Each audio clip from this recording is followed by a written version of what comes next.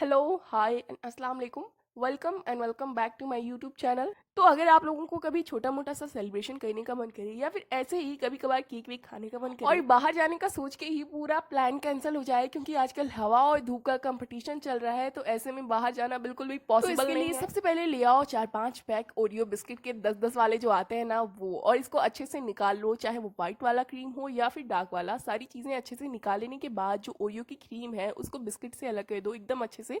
हमें पोंछ-पोंछ के अलग करनी है क्योंकि क्रीम की बहुत ज़रूरत पड़ेगी आगे। और सारी चीज़ों को अच्छे से निकाल लेने के बाद हमें एक मिक्सर जार में डाल के इन सारी चीज़ों को बहुत बारीक पीस लेकिन लेना है। अगर आप चाहें तो आप अलग से कोई सी भी व्हिपिंग क्रीम इस्तेमाल कर सकते हैं, तो इस क्रीम को निकालने की कोई ज़रूरत नहीं है। आप बिस्किट के साथ ही मिक्सर जार में इसको डाल के पीस लीजिएगा। केक और ज़्यादा क्रीमी बनेगा क्योंकि अलग से आप क्रीम इस्तेमाल लेकिन कर रहे हैं। आजकल गर्मी का मौसम है और इस मौसम में व्हिपिंग क्रीम को हैंडल करना थोड़ा सा मुश्किल है क्योंकि वो बार बार मेल्ट हो जाती है और बिगनर्स के लिए व्हिपिंग क्रीम है भी नहीं और ईजिली वो मिलती भी नहीं है। तो मैं यही कहूँगी कि आप इसी क्रीम को साइड कर लीजिए, ज़बरदस्त केक और अब बनेगा। बिस्किट वाली सारी चीज़ें हो जाने के बाद 2 अंडे के सफ़ेद वाले पार्ट को बीट करना स्टार्ट करना इसको है। बीट करने के लिए मुझे इलेक्ट्रिक बीटर का इस्तेमाल करने की वजह से करीबन 1.5 मिनट लगे थे। अगर आप लोग हैंड बीटर का इस्तेमाल कर रहे हैं तो 8 से 9 या फिर उससे ज़्यादा लग सकते हैं। और इसका टेक्सचर क्लाउडी होने के बाद इसके अंदर 4 टेबलस्पून भर के पिसी हुई चीनी डालनी है 2 बार में और अच्छे से मिक्स कर लेना है, यानी कि बीट कर लेना है। इन सारी चीज़ों के हो जाने के बाद एक दूसरा बाउल लेना है, इसके अंदर येलो वाला पार्ट डालना है अंडा का और इसमें 3 टेबलस्पून रिफाइंड ऑयल डालना है और इसको थोड़ी देर के लिए बीट कर लेना है जब तक कि अंडा और तेल अच्छे से मिक्स ना हो जाए। इसके बाद 1 टीस्पून भर के बेकिंग पाउडर, 1 पिंच यानी कि 1 चुटकी बेकिंग सोडा डाल के इसको बहुत अच्छे से मिक्स कर लेना है और फिर ओरियो वाला पाउडर डाल के इसको बहुत अच्छे से बीट करना स्टार्ट करना है क्योंकि इसमें गुठलियाँ बिल्कुल नहीं होनी चाहिए। और अगर आप लोग चाहें तो वनीला पाउडर या फिर वनीला एसेंस का इस्तेमाल इसी स्टेज पे कर सकते हैं, लेकिन ओरियो का अपना एक फ्लेवर होता है इसलिए मैं स्किप कर रही हूँ। और इन सारी चीज़ों को बहुत अच्छे से मिक्स कर लेना है और अगर आपको लगे कि ये बहुत ज़्यादा ड्राई है मिक्सचर तो 3-4 टेबलस्पून रूम टेम्परेचर का दूध डाल के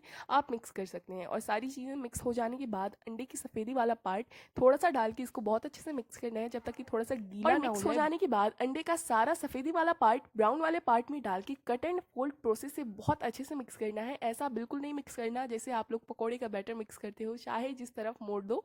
अगर ऐसा करेंगे तो आप लोगों का जो केक है वो मॉइस्ट नहीं बनेगा सबसे पहली बात, और दूसरा वो फूलेगा नहीं। तो इसीलिए कट एंड फोल्ड प्रोसेस से करना है, एक तरफ से कट करना है, एक तरफ से फोल्ड करना है। और अब ये सारी चीज़ें हो जाने के बाद किसी बटर पेपर लगे हुए केक टिन में या फिर किसी सिलिकॉन के मोल्ड में इस बैटर को डाल के डैब डैब करना और उसको बेक होने के लिए कम से कम 35 मिनट के लिए छोड़ देना है। अब जो क्रीम हम लोगों ने निकाली थी इसके अंदर गरम गरम दूध डाल के बहुत अच्छे से मिक्स करना है। शुरुआत में तो मैंने मिक्स ही किया था, बाद में मैंने इसको हैंड बीटर से बहुत अच्छे से बीट किया है, तब इसका असली टेक्सचर आया है क्रीम का। और देखिए केक भी बेक होके आ गया है।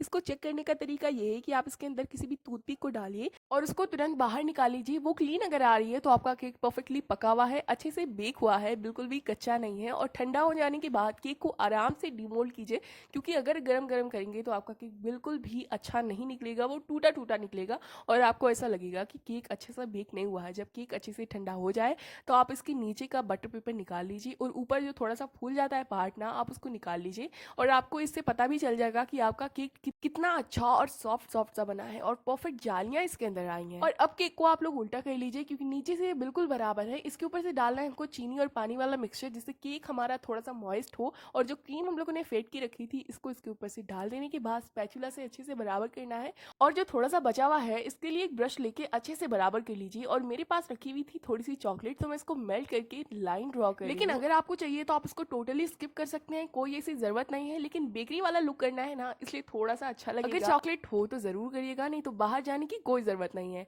और इसमें अच्छे से लाइन ड्रॉ कर लेने के बाद कोई सी भी स्टिक ले लीजिए, स्क्यूअर या फिर मेरी तरह चॉपस्टिक ले सकते हैं। तो इसी डिजाइन के ऊपर आपको एक अपने आगे की तरफ खींचनी है और एक पीछे की तरफ खींचनी है, तो बहुत प्यारी सी डिजाइन बन जाएगी। और जो ऊपर वाला केक का टुकड़ा निकला हुआ था उसको अच्छे से क्रम कर लेने के बाद साइड साइड में लगा दीजिए, जिसमें बहुत अच्छा लुक आ रहा था। और सारी चीज़ें बहुत ज़्यादा डार्क डार्क हो रही थी, इसलिए मेरे पास रखे हुए थे थोड़े से चॉकलेट स्प्रिंकल्स जो कि कलरफुल थे, तो इसको भी मैंने साइड साइड में लगा दिया है। और देखिए ज़बरदस्त सा बेकरी से कहीं ज़्यादा केक अच्छा बन के तैयार हुआ है। तो आप लोग भी बनाओ खाओ।